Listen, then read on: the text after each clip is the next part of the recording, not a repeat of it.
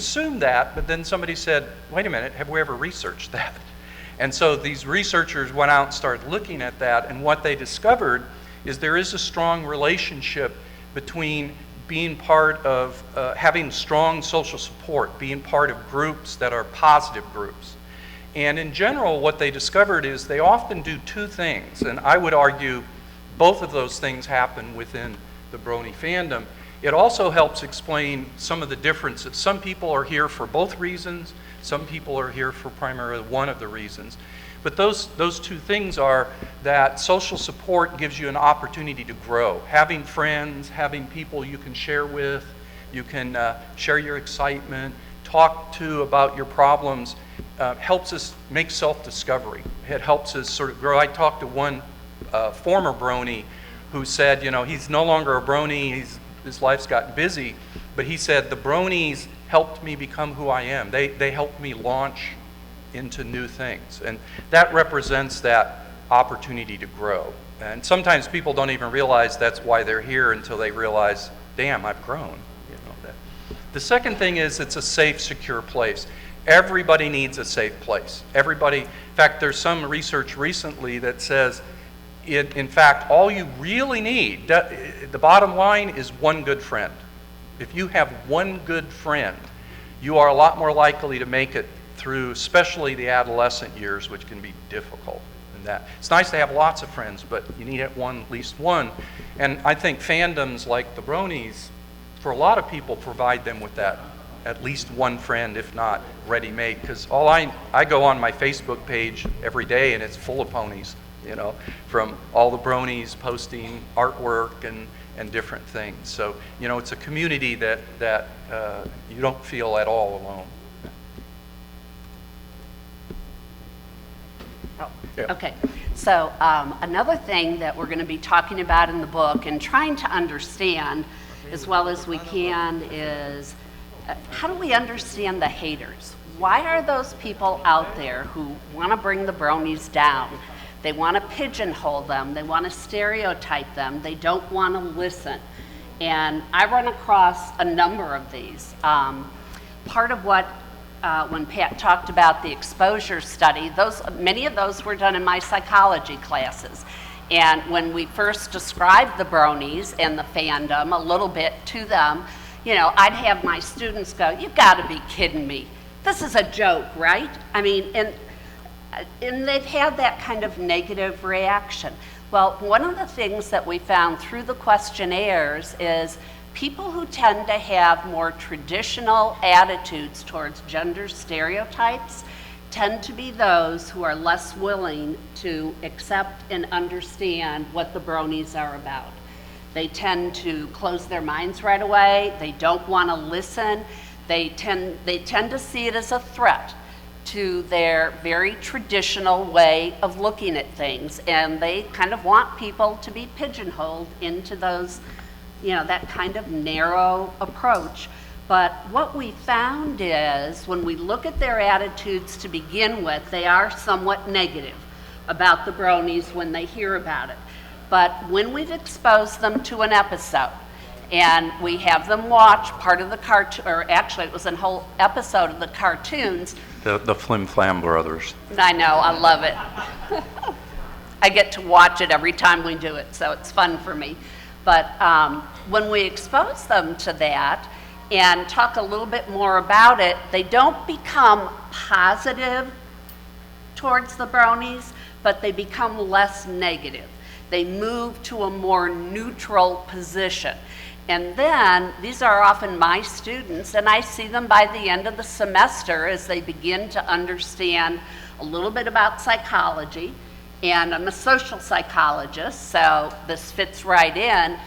They still aren't positive. They're not out there jumping to become a Brony, but they begin to understand that maybe it's okay for people to like something different than what they like. And to me, it's interesting because you look at the fandom and we look at the fandom as a place where fans can grow and learn and sort of launch. I look at talking about it as helping my students that are very narrow-minded helping them grow and maybe understand differences and begin to accept those. And they look at things a little different. So for me, the fandom not only helps those within it grow, but those who hear about it, who are somewhat negative toward it, once they begin to understand, and if it's presented in the right way, they begin to grow and become more positive. Also, too, I think one, and we're going to mention this in the book, a lot of times the biggest puzzle, I mean, people react shocked and puzzled, is when you talk to people of older generations, so non-millennials. And I think this is where part of the standard sort of stereotypes come in, is older generations tend to still pretty strongly hold to those ideas of a male and female. My son Will, who was the Brony who launched all of this, who's currently doing a study abroad and learning Japanese in Nagoya, Japan, Will once, when early on when I was talking with him, he said, "Dad, why can't a male like pink? Where does it say that you can't like pink?" Because Pinkie Pie is his favorite pony, and that represents, you know, my generation. If I looked at something that was a toy for a little girl, I'd look around and say, "Oh my God, I hope nobody saw me," you know, because the first thing I'd worry about is what people are going to think. But with the millennials, and this is part of this talk about how are the bronies changing gender stereotypes, is you are part of, I think, a movement within the whole millennials that are moving things away from those traditional views. You know, how we dress, what we like, all of those things. So you are both manifesting as well as, I think, driving and providing some impetus to that. When we talk about this issue of the haters and anti-bronies, we're not going to dwell a lot in the book about this, because that's a whole nother study, which we're actually kind of beginning to look at, because we're going to study League of Legends. And there's a whole dimension of League of Legends that's pretty nasty. And so, yeah, that. And in fact, actually, I have to thank the 1,800 bronies who play League of Legends, who actually did a survey for us. It was very intriguing. We're not sure if it was because you're bronies or if all League of Legends players have these characteristics. That's what we're going to look at. But it appears that League of Legends may not be as negative as people think. But again, it could be because it was bronies that we're talking about. There's a couple models I want to mention real quick that we use to explain this aspect of the haters. One is a model that we just started looking at. We're going to do some more work with this fall. It's called the stereotype content model. And this is a model that tries to explain why is it when we meet people who are very different from ourselves that we have a tendency to pigeonhole them in negative places. You know, and this has kind of raised a question I've often had. Why is it that most people, when you tell them you're a fan, you could be a fan of NASCAR, you could be a fan of Harry Potter, a lot of people will look at you and go, "Get a life." You know, that they have that sort of judgment that somehow or another you're wasting your time, you're you know, nothing good's going to come of this. And what we suspect, it's because of this, what's called the stereotype content. And that is, when we meet something new, we rate it on two things. Are these individuals competent? You know, do they know what they're doing? Can they get things done? Or are they incompetent? Are they losers? And we also rate it on what they call warmth or threat. Warmth is if the person seems easygoing, comfortable, they're not a threat to us. And high threat is if we somehow see them as a danger. Now, we suspect that there's a tendency to always take fandoms and put them in incompetent, high threat. Now, you might say, well, wait, how can the bronies be a threat? Well, you're a threat to those stereotypes. You know, when they look and say, wait, this doesn't fit, even though you don't have a gun, you're not threatening them physically, they see it as a threat to masculinity or the tradition and that. So some of these haters, in fact, we believe that what they've done is they've put the bronies in that high threat, low competence group. As they meet bronies and as they get to find out that most of you are students, college students that you do not fit the stereotypes. They'll say, well, a lot of them live at home with their parents. Well, yes, but a lot of them are students, who live at home with their parents. It's. Oh, okay. Got to move along here a little bit. Also, the haters will be haters. There's another theory that, and I think we're going to find this with the League of Legends, and it's called the dark triad model. And it's that idea that, and there's been research saying that haters, or trolls, show a pattern of personality. They're high on narcissism. If they want to do it, what they want, that's all that matters. They're high on Machiavellianism, which means they feel like they have the power. They should be the most powerful one. They should be in control. And they're high on psychopathology. They don't give a damn. They don't care if they piss anybody off. And that. So, and it's been found that trolls tend to be high on that. So I think some of the haters, in fact, the problem is they're displaying that personality pattern. Okay. The last part that I'm going to talk about is the creative side of the fandom. And this part I've just found so fascinating. And part of what's true about the Brony fandom is it's not just about the fandom, it's about the use of the internet and how the internet has allowed all of you from all different geographic locations to find each other. Because I think to begin with, there may not have been that many bronies in single geographic locations, but the internet has brought people together, and you have been able to find people that are like yourselves, and you begin to talk about it. And as you do that, and the fandom grows, what happens is people become creative, and they show their creative sides over the internet in a variety of ways. Whether it has to do through, people's individual Facebook pages or other things, fans are very creative. And this really goes across the different types of fans. And one of the things, and I'll stand up because when I became involved with the study, one of the things that I discovered that bronies do is they ponify everything. I loved it. So, the very first thing I said to Pat is, when do I get to be a pony? I mean, I was on him until I got to be a pony, and you probably can't see it up here, but Dr. Significance, this mattered to me. I also wanted to be ponified. And you look around and you see how creative you are in everything, your costuming, the way you're presenting yourselves, the way you're presenting what the fandom and the different ponies mean to you. And that comes through in artwork, in music, in videos, and it's just an incredible opportunity for people to show how creative they are across all the domains. And for us, that's something that we just love. We just, that has been a fascinating part, and we'll talk about it in the book. And this is part that but this is part that we're going to try to explain to others, including other social scientists, is how important this idea of ponifying things are. And that it's a compliment when you ponify something. It's not saying something negative, it's taking something that you think is really cool and putting it into the pony perspective.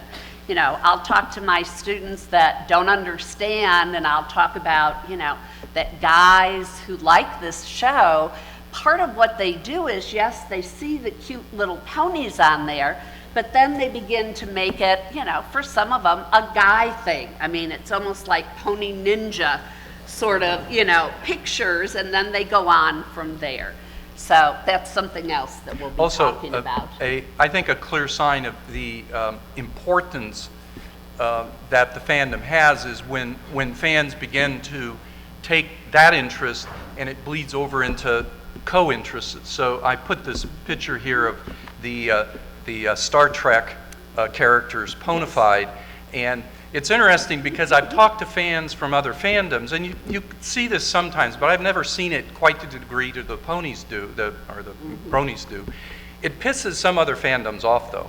You know, if you're a big Star Trek, you don't want to see Kirk as, you know, as a pony in that. So I think early on it was also part of the kind of spamming of ponies that some bronies were doing, in a sense of changing. But on my Facebook page, again, I'm always amazed. Anything that's kind of like a new movie comes out, and within a matter of days, I'm sure to see the characters ponified, you know. So also, the bronies are not alone. This is a feature, I think, of internet fandoms that a lot of older generations don't get.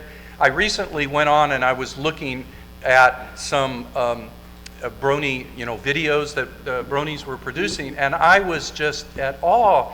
I mean, you have videos out there that have 30 million hits. You have videos that went up a year ago that are up to 2 or 3 million hits. One of my favorite is, you know, will the real pink pony please sit down?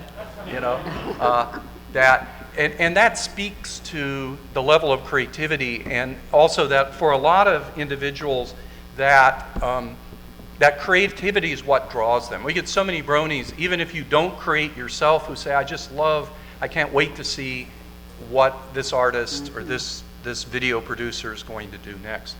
Also, we have what we call the fandom functions model. This looks at, and this is comparing not just the bronies but the other fandoms, what are the things you get out of being a fan? And with respect to the creativity, for many people, expressing themselves is an important part of, I think it's part of the cosplay and those things. And also it's just entertainment. You know, it's entertaining to go on and see the artwork and to see the videos and the music. You know, when I tell people that the Brony fandom has online radio stations that play music 24/7, they're just at awe, you know, with that. And it's fun. I mean, it's fun. Okay, I'm going to try to move quickly here because we got a number of slides. I know we're running out of time. We're never people of few words. One question that comes up, and it's a critical question, and I'm just going to touch on it briefly. At 6:30, we're doing a panel, Ask the Brony Psychologist, and we'll probably talk a little bit more about what's happening to the fandom. Good, dedicated fans, I think, always worry. Are we dying? Are we, are we losing too many members? Are we changing? You know, what's happening? Well, and one person asked, it said, is the fandom growing or maturing? They want to know that knee-jerk reactions that blow things out of proportions are diminishing. I'm happy to report I think that that's happening. Early on, I was quite struck by, okay, derpy. But the world was going to end because of Derpy's voice change. The world, or Twilight Sparkle becomes an alicorn. It's the end of the world. Or the Equestria, Equestria girls arrive. It's the end of the world. Now most bronies are excited for the next movie to come out. So I think what we're seeing is the fandom is beginning to realize changes like that do not mark the end of the fandom. They simply mean a change. And a lot of times people in the end are sort of pleased with the change or okay with it.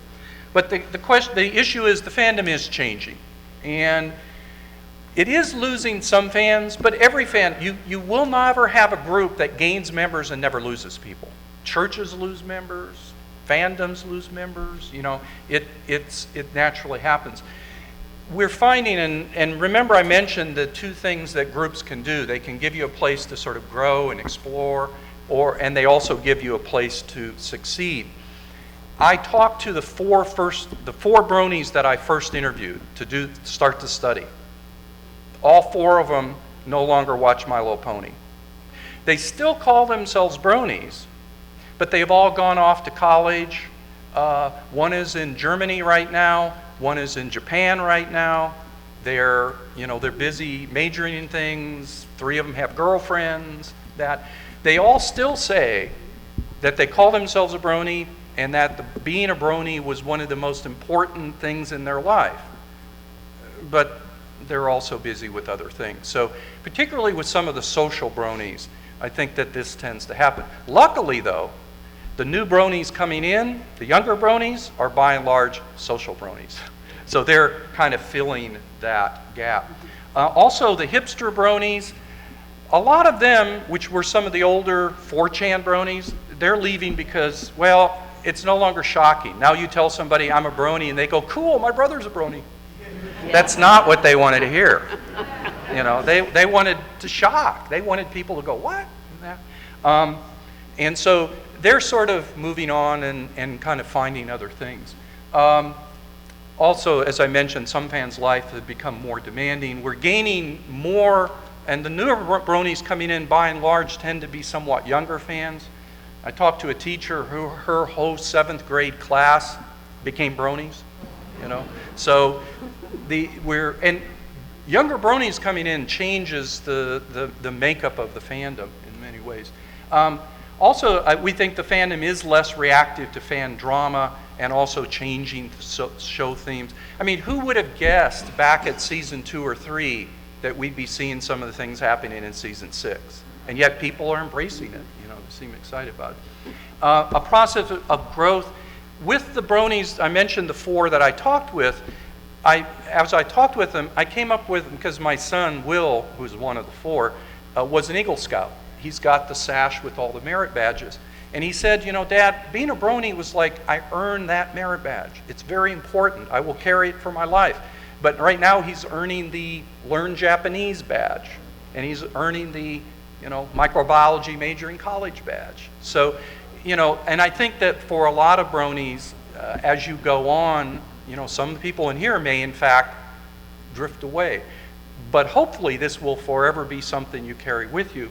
And I might also mention, if and when the time comes that you become a parent and you have a child, I bet you there's a pretty good chance of what you're going to be introducing them to.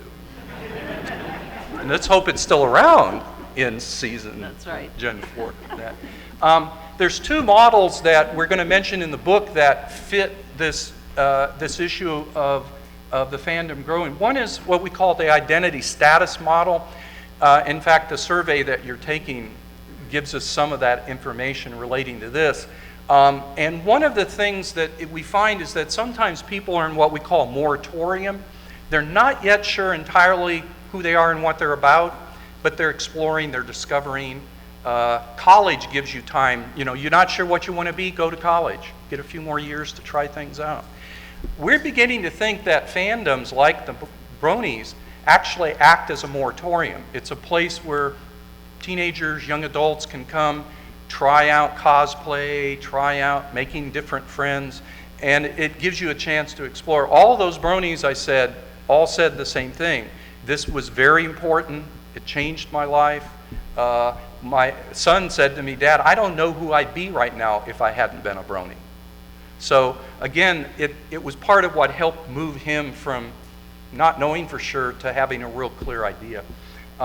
Also, the extinction threat model, and we've surveyed a little bit. This is an idea that what happens to groups when they feel like they're threatened?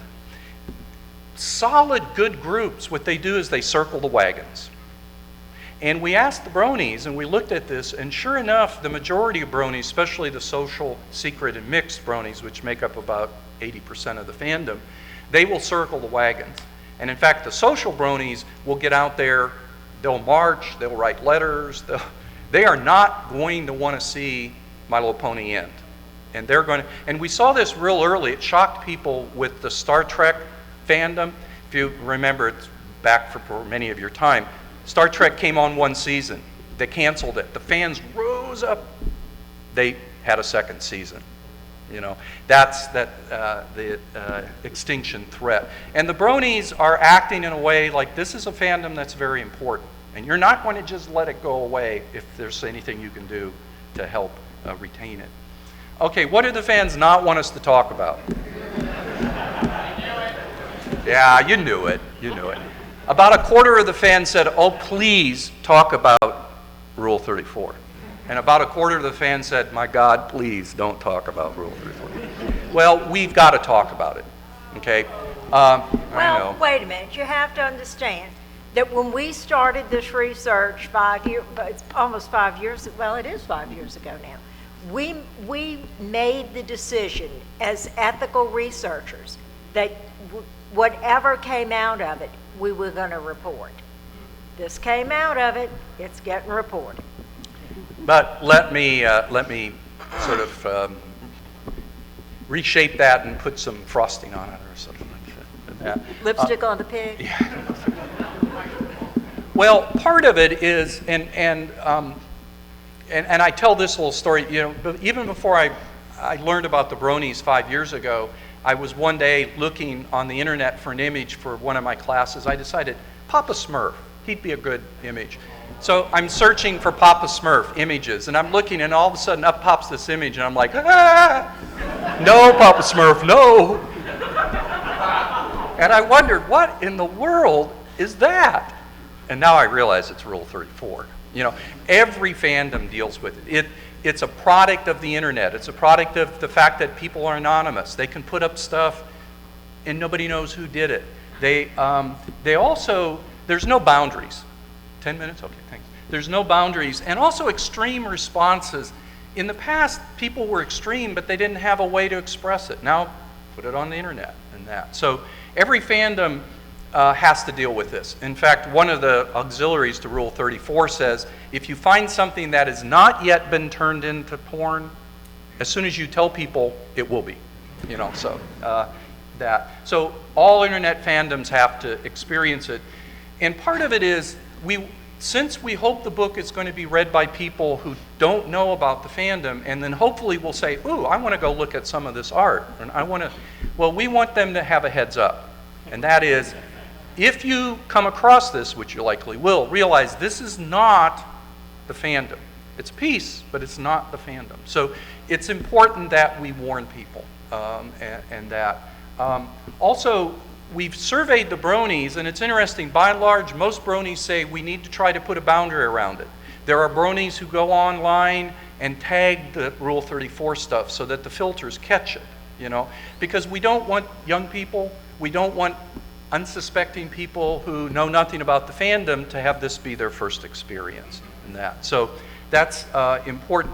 However, the majority of bronies also see Rule 34 not necessarily in an entirely negative way. And I think this is a little bit of the to each their own, is that they will say, well, for some people, maybe that's something that they like. And in fact, I've talked to a number of the people who produced the Rule 34, and it's interesting because a lot of them, why did they do it? For money. Why? Because people pay them good money to make it.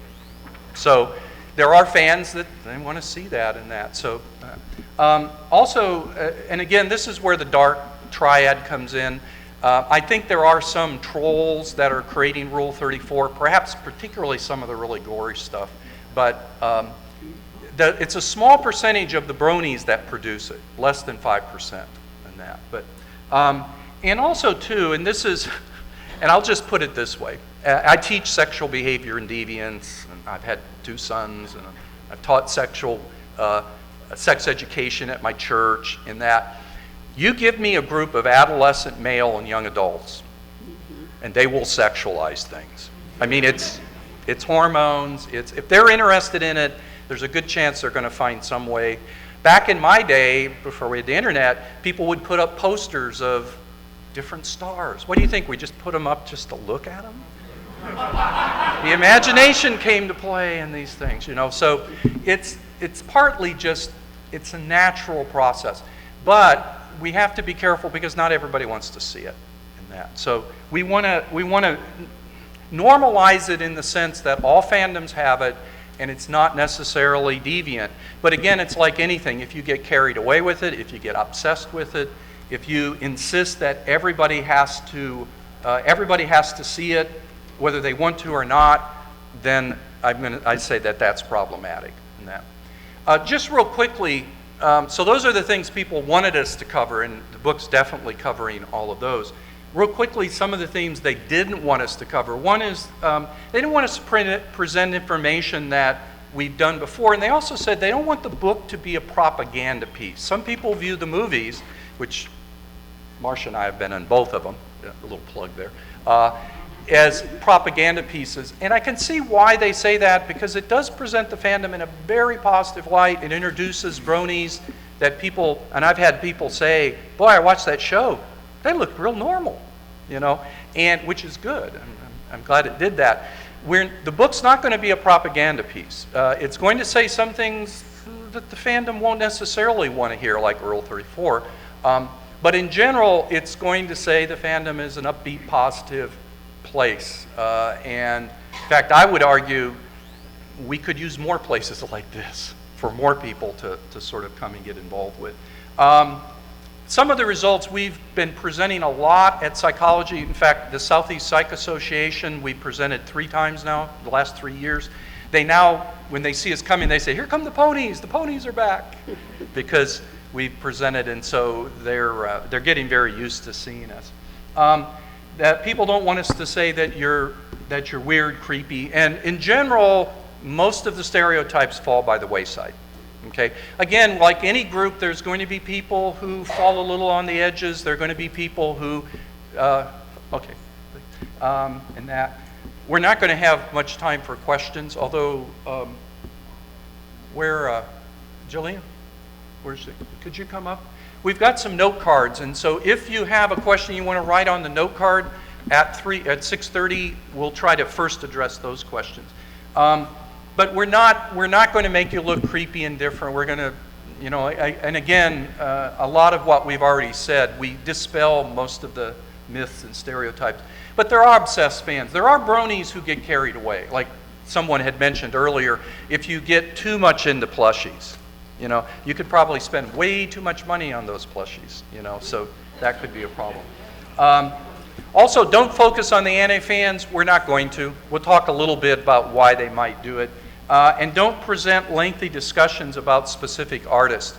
We're still deciding exactly what we're going to do about, and it's part of the creative side. We've asked the fandom to identify fan fiction writers, artists, videos, people, and we've got some lists. We're not going to present who's the most popular. We're not going to do that. But we probably will present some names of individuals, because someone who doesn't know anything about the fandom then could go on and Google and find some of those individuals and that. There's a couple additional chapters that we're going to have. We have a chapter about female bronies. Now I know this has been a complaint we've had. We focused primarily on the male bronies, but that's because that's the aspect that has shocked and puzzled so many people. And it's also 85%. Yeah, it's 85% of the fandom. We're going to talk about the fans outside of North America. I'm real excited later, and I've already talked with a couple of the individuals who are part of the Asian, what do you call it, the Asian? Delegation. The Asian delegation that's going to talk about our Asian bronies. We've been in contact with Russian bronies and Chinese bronies and the fandom, Dutch bronies. The fandom is large, although primarily still the majority is in North America, but that is changing. So we're going to talk about a little bit about those fans outside of North America. We'll give a brief history of the fandom. It's going to be short, which means we're probably going to leave things out some people think are important, but this is an introduction to those people. We will mention where it started. It started in 4chan, so there's got to be a little discussion about that. We're also going to talk about what the Brony fandom possibly tells us about other fandoms, and we're creating this model to try to explain fandoms. Right now we're studying the Disney princesses. There are some similarities. We're looking at League of Legends and possibly a sports fandom. And I wanted to reiterate just the last point, just signaled we're almost out of time, that we're going to introduce 3 models that didn't exist before our Brony research, and that's that fandom's function model. That helps us understand how the bronies may be similar to other fandoms, and that. I met someone earlier today who's actually a researcher of furries, and we may do a little work with them to look at, I know there's some similarities, social similarities, but I also suspect there are some big differences in that. The functional model of fandoms, we really hope that our book is going to help social scientists stop calling groups deviant just because they like something different, and is really going to look, it's kind of like alcohol. I might like to have a drink every night, a cool one, it makes me feel, no problem with that. If I drink a 6-pack or a 12-pack every night, that's going to be problematic. So drinking is deviant if it leads to dysfunction. And then the last thing is the typology, the model. Again, we're going to find it's unique to the bronies, but it's probably the best researched and most data-driven supported typology that exists in social science. I'll just go that far to say. Even some things like the Myers-Briggs, some things like, are not in some ways as strong as the Brony typology is proving to be. So the world needs to be thankful to you all. Okay, I guess, do we have just a couple of minutes? 15 seconds. Oh, okay. Well,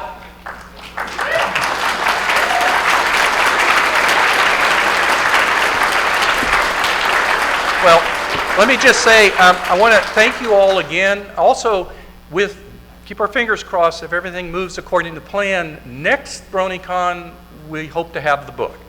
So we'll hopefully be able to give some autographed books and that. As you finish the survey, if you can kind of raise your hand in that. We've got a couple people running around. We'll collect those. Also, if you have any question cards, 6:30, all we're going to do is take questions. So. And if you've got the pens, please give them back. Yeah, the pens too, if you've got those, if you can please. Again, thank you all. We're getting the thumbs up, so that I guess that's the signal to start. So thank you all. If you're still working on the surveys, thank you. If you'll kind of, as you finish them, hold them, and we'll kind of collect them at the end. We appreciate this is the first time we've ever tried to kind of collect some data at one of the conventions. And as I mentioned to some of you at the beginning, it's a rare experience with the Brony Study to have such a brief survey. So as sort of you know, we're famous for our long surveys. And we'll mention a little bit about why that is. The long surveys have allowed us to ask questions we couldn't ask otherwise in that. So we are 3 of the 4 Brony Study members. Daniel is not here. He's in a PhD program in Texas right now, so he's not able to join us. I'm Dr. Pat Edwards, also known as Dr. Psychology. I'm Dr. Marcia Howes-Redden, and I'm also known as Dr. Scientific. And I'm Dr. Jan Griffin, and I'm known as Dr. Significance. See a trend there. Yes. First of all, we're going to talk, the session today is going to deal with the Brony Book. As you all may know, we started this research in November of 2011, and it is ongoing and will be ongoing after the Brony Book. But we felt like it was that we had the data and enough information, actually so much information, that we needed to go ahead and do the book. We're going to talk about what we will say about the fandom. The exact title has not been determined and will be determined by the publisher, which is McFarland Press. I'm kind of tending to fans, fandoms, and the bronies, a psychological investigation. But, you know, McFarland will eventually have to say on that. And the expected date of publication is spring or summer 2017. Okay, before we start, I would like to give our sincerest thanks to the Brony fandom and all of you who have participated in the surveys.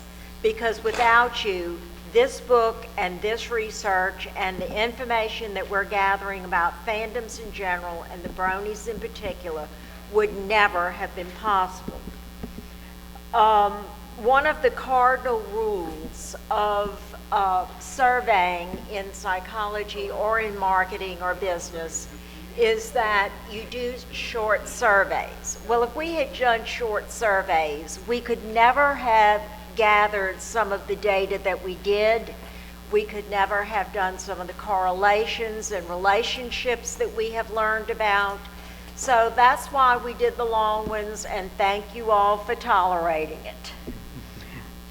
We made a decision that the book was going to be on a wide scope of variables, which would allow us to answer some rather complex questions, and to allow us to discover some things about the Brony typology and that would have been impossible with shorter surveys. Next. Writing this book, I've got to tell you, I've written articles for publication in scientific journals, but none of us have written a book. And this has been one daunting task. First of all, we had to pick an audience, and we decided that we would write it for 3 audiences, which makes it even more complicated. One of them is the Brony fans themselves, because we know that you all have continually asked us, what do you know about the fandom? Is the fandom growing or shrinking? A lot of questions about the fandom. The second thing is for the non-fans, the casual readers, who are saying, what? You gotta be kidding me? You know, men watching My Little Pony? That's not possible. But we're writing this for them. And then third group of all, we're writing it for the social scientists. One of the things that we have encountered in doing this is that psychologists do not do very much research on fandoms. In fact, practically none at all. We could find very little when we hit the literature, and that was part of the difficulty. The other aspect is that there's an overwhelming amount of data from the surveys that we have on the bronies, but also that would apply to fandoms in general, and fans in general, such as the level of involvement in the fandom. Are you a casual fan who just happens to, yeah, I'll watch it if I've got time? Or are you a dedicated fan who's never going to miss an episode? We have created some theories about fandoms, and those will be presented in red. We're also highlighting some other models from psychology and sociology and some from marketing, and those will be presented in black. To help us with the panel presentations, we're asking the fandom 2 questions. We asked, what do you hope we will include in the book? We sent out a survey on this, and we got 5 general themes which were identified. The other thing we asked was, what do you hope will not be in the book? And we got 4 general themes which were identified. And I'd like for you to note that one of the themes was listed on both of the questions. We'll answer that question. We'll answer that question in a little bit. The themes that they wanted us to cover were what the fandom is and not what the stereotype says. And we certainly laid that to rest in the first survey. That the fandom is real people, they're not of a lot of diversity.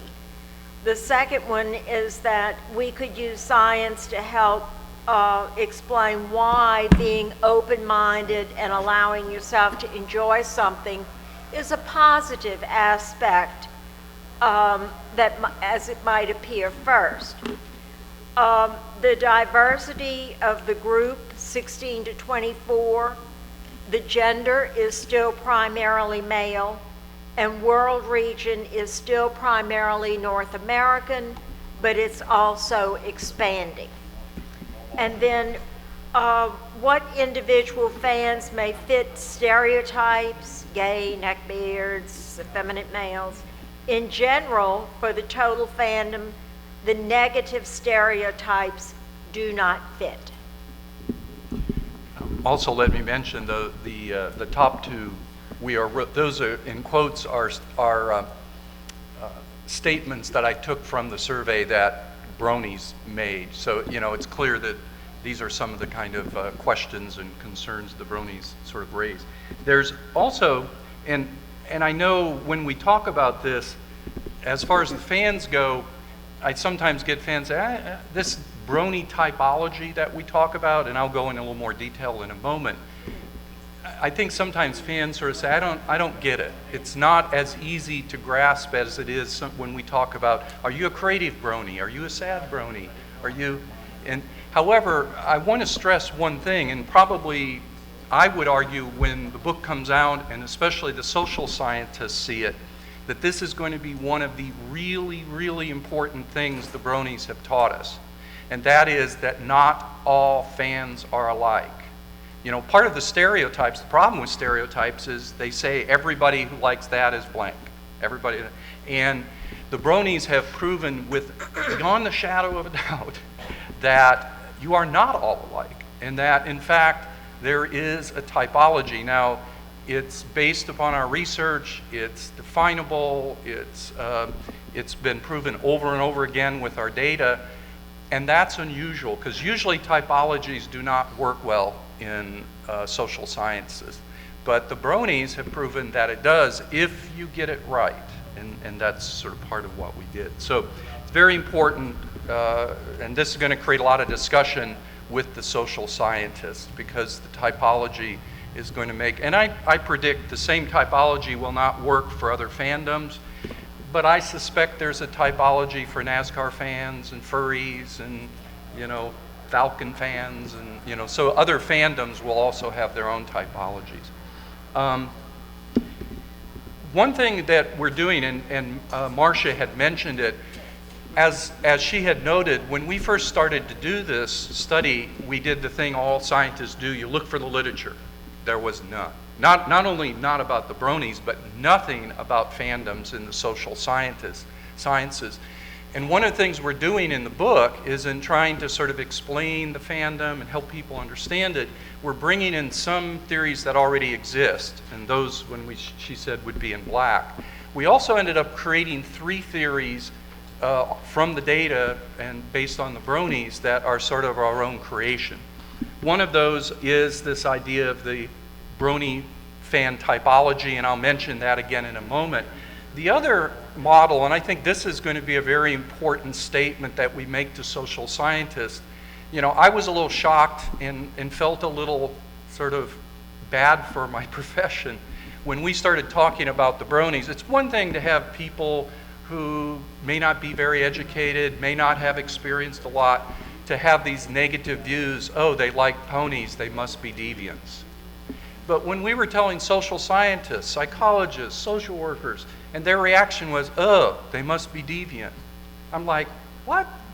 And in fact, there is a model we use in mental health, and it's called a functional model. And that is, you don't look at what the person likes. You ask the question, is it functional? In other words, liking ponies doesn't hurt anybody. In fact, as we saw with the discussion before this, and we'll mention a little later, for a lot of people, the ponies have saved their lives. And that. One more thing that we need to add was that a lot of professionals and well-educated people, psychologists, people with good educations, told us we were crazy. We were just flat out crazy to do this, and it was never gonna work. Yeah. And one of our colleagues said, you'll never get anybody to do your surveys. And when I came back after the second one and said, I got 12,000 bronies in 4 days, they just, so again, thank you all.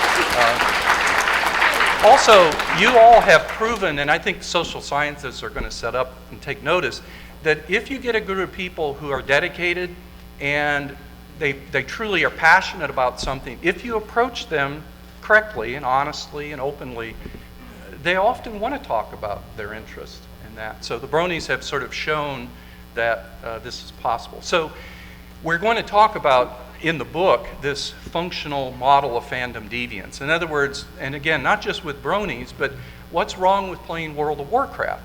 Now, if you play World of Warcraft so much that you fail out of college, which I know a number of students who did, that's problematic. But I used to like to play an hour or 2 a day and collect battle pets. You know, what's wrong with that? You know, there's nothing deviant or dysfunctional about that.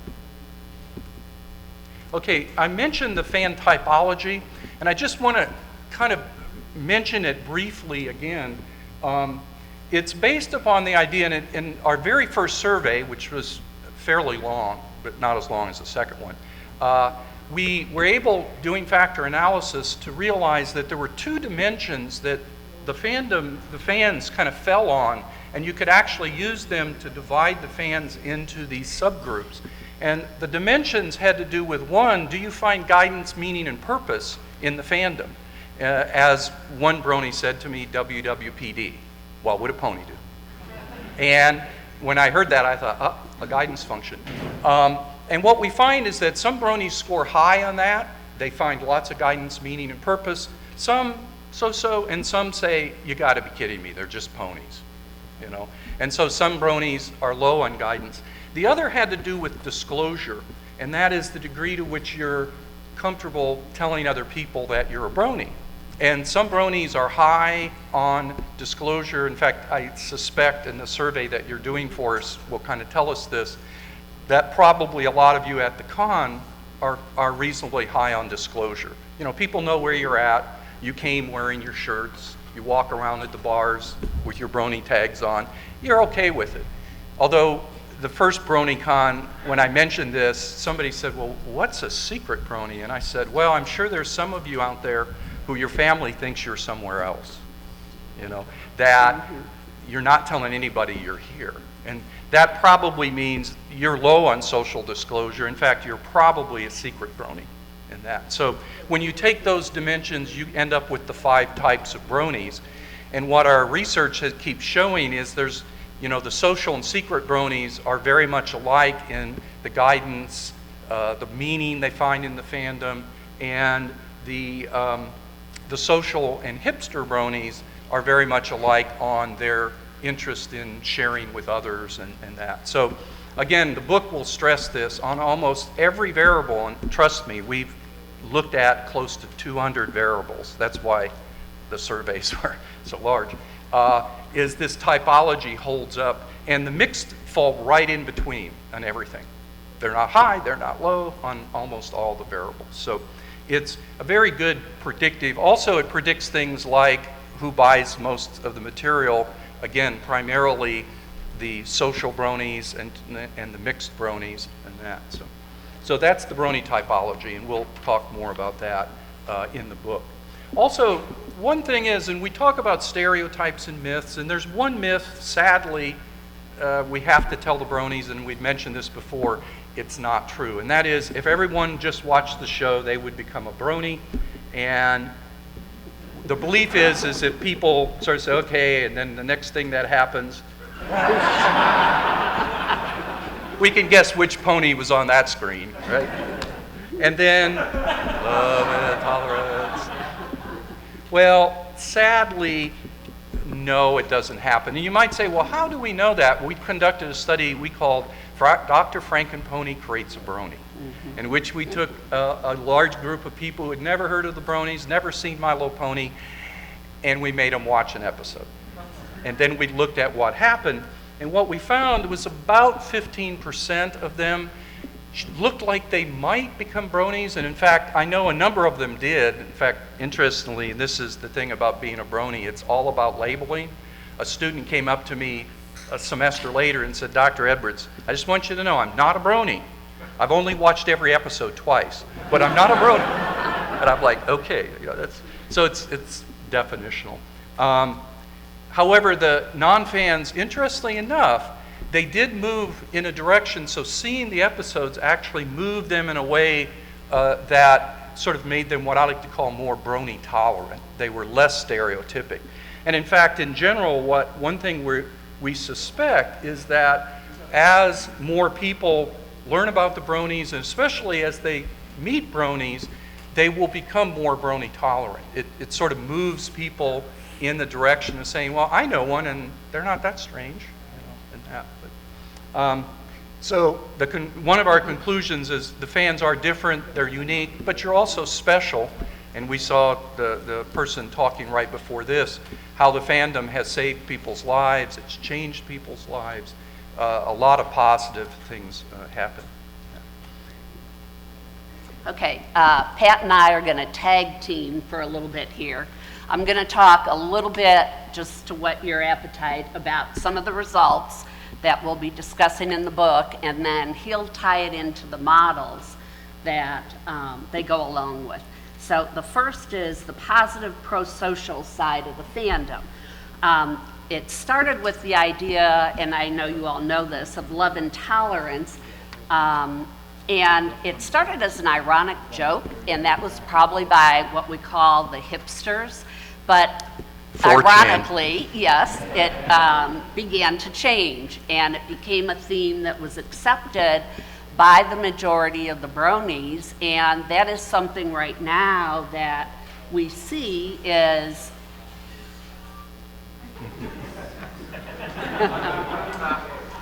sorry, when phones go off in my class, I make my students dance because it's cool music. But it's something that it's something that's embraced by both social and secret bronies, and part of that goes along with the guidance function, that love and tolerance is part of the guidance, and it guides people as to how to interact with each other. One of the things that we found was, and this goes along with a little bit of what Pat was just talking about, we did a study that looked at how the fandom changed people's lives. And 85% of our fans reported an improvement in feelings, whether it was just regular feeling, they felt happier, but especially for those who started out and said they were somewhat depressed and anxious. After becoming a member of the fandom and interacting for a while with other fans, they became less so. They became more positive in the way that they were feeling. We also looked at and asked people if they were willing to disclose if they had any psychological problems, if they had been diagnosed with something.